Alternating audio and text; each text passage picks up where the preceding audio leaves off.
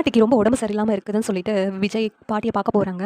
பாட்டி பார்க்க போனதும், "விஜய் நீ என்ன விட்டு போயிடாதடா, இங்கேயே இருடா" அப்படின்னு சொல்லிட்டு பாட்டி சொல்றாங்க. உடனே தாத்தா இருந்துட்டு, "அது எப்படி கல்யாணி அவன் இங்க இருக்க முடியும்? காவேரி அங்க இருக்கும்போது அவன் எப்படி கல்யாணி இங்க இருப்பான்?" அப்படின்னு சொல்லிட்டு தாத்தா சொல்றாங்க. "பாட்டி உனக்கு முக்கியம் இல்லையாடா? பாட்டி இப்படி உடம்பு சரியில்லாம இருக்கும்போது பாட்டி பக்கத்துல இருக்க சொல்றேன். ஆனா நீ இருக்க மாட்டியா?" அப்படின்னு சொல்லிட்டு கேட்குறாங்க. உடனே சரிங்க பாட்டி நான் இங்கேயே இருக்கிறேன். இன்னைக்கு உங்க கூடவே இருந்து உங்கள பார்த்துக்கிறேன்" அப்படின்னு சொல்லிட்டு விஜய் நைட்டு ஃபுல்லா அங்கேயே இருந்துடுறாங்க. மறுநாள் காலையில கிளம்புறேன் அப்படின்னு சொல்றாங்க விஜய்.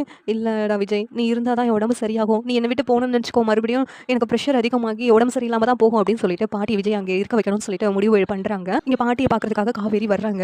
பாட்டி கிட்ட, "பாட்டி இப்ப எப்படி இருக்கு பாட்டி உங்க உடம்புக்கு?" அப்படின்னு சொல்லிட்டு கேட்குறாங்க. "உன்னால தான் எனக்கு இப்படி ஆனது. நீ விஜய என்கிட்ட இருந்து பிரிச்சுட்டல, அதனால தான் இப்படியெல்லாம் நடந்துச்சு. எல்லாத்துக்கும் காரணம் நீ தான்" அப்படின்னு சொல்லிட்டு பாட்டி காவேரிய கஷ்டப்படுற மாதிரி பேசுறாங்க. விஜய் இருந்துட்டு, "என்ன பாட்டி சொல்றீங்க காவேரிய பார்த்து?" அப்படிங்கிறாங்க. உடனே தாத்தா இருந்துட்டு, "மா பாட்டி பேசுறதெல்லாம் மனசுக்குள்ள வச்சுக்கிடாதம்மா" அப்படிங்கிறாங்க. உடனே காவேரி, "தாத்தா நான் பாட்டி பேசுறதெல்லாம் பெருசாவே நினச்சிக்கிட மாட்டேன் தாத்தா. பாட்டியோட வருத்தம் எனக்கு புரியுது" அப்படின்னு காவேரி சொல்லிக்கிட்டு இருக்காங்க. "விஜய் நீ இங்க இரு விஜய்.